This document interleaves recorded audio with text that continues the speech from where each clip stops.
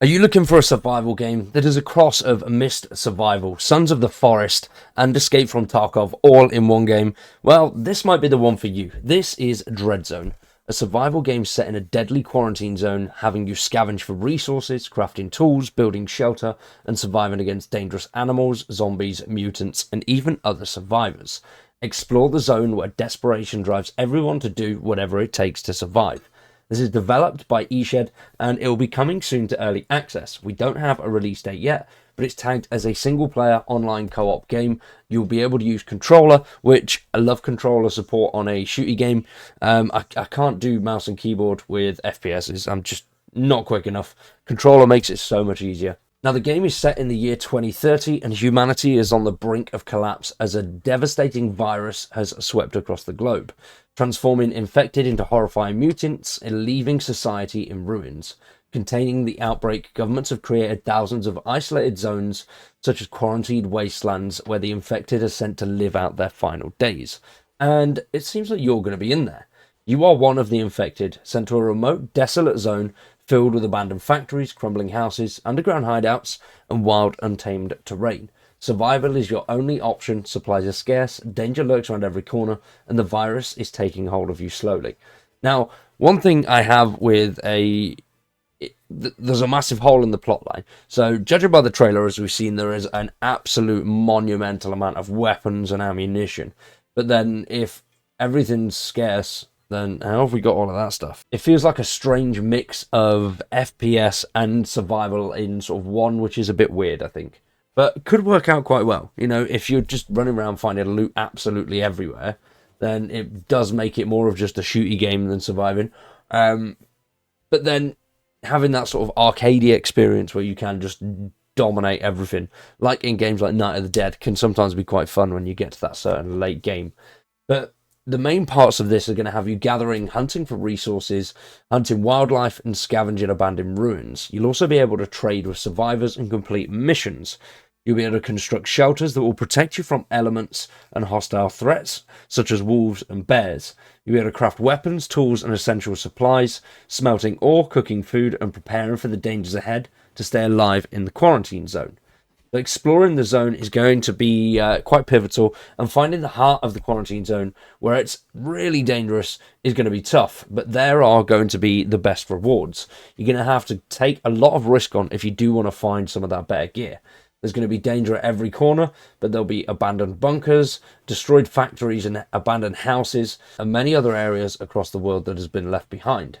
Navigate a deadly world filled with relentless zombies and terrifying mutants. There's also ruthless soldiers lurking that will shoot you on sight. I feel like reading into this is definitely more of an FPS game, and they've just tagged in a couple of survival elements to it, like building and like food and stuff like that. We'll be able to do a little bit of smelting, all of that kind of stuff will be there in the background, but I think a lot of this main focus is going to be on the weaponry, customization, and actually destroying zombies.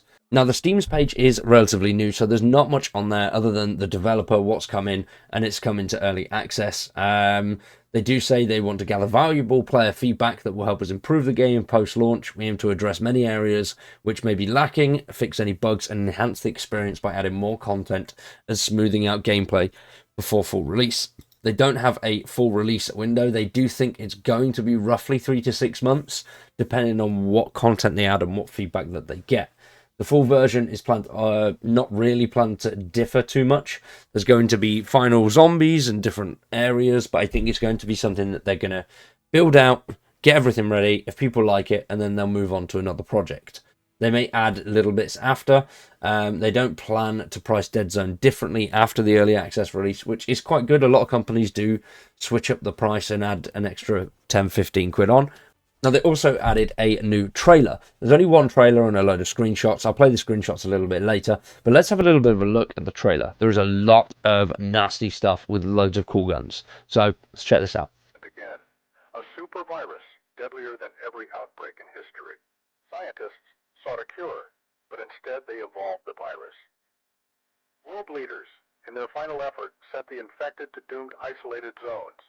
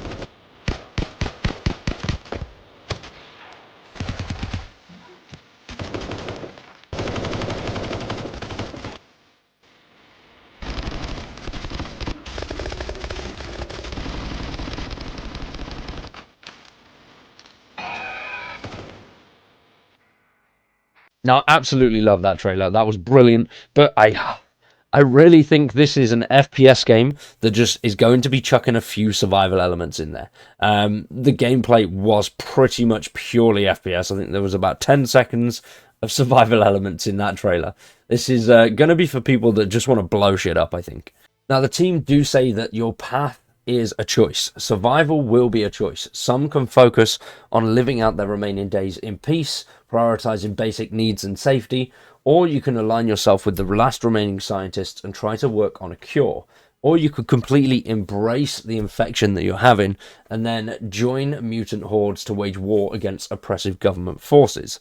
So we could potentially go a little bit loopy, and then that may be why we're going after the soldiers and the scientists to try and escape the quarantine zone.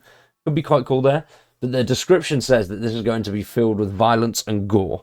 I mean, I suppose, you know, Sons of the Forest does that, and I did get a lot of videos demonetized with Sons of the Forest because of the amount of gore that is in that game.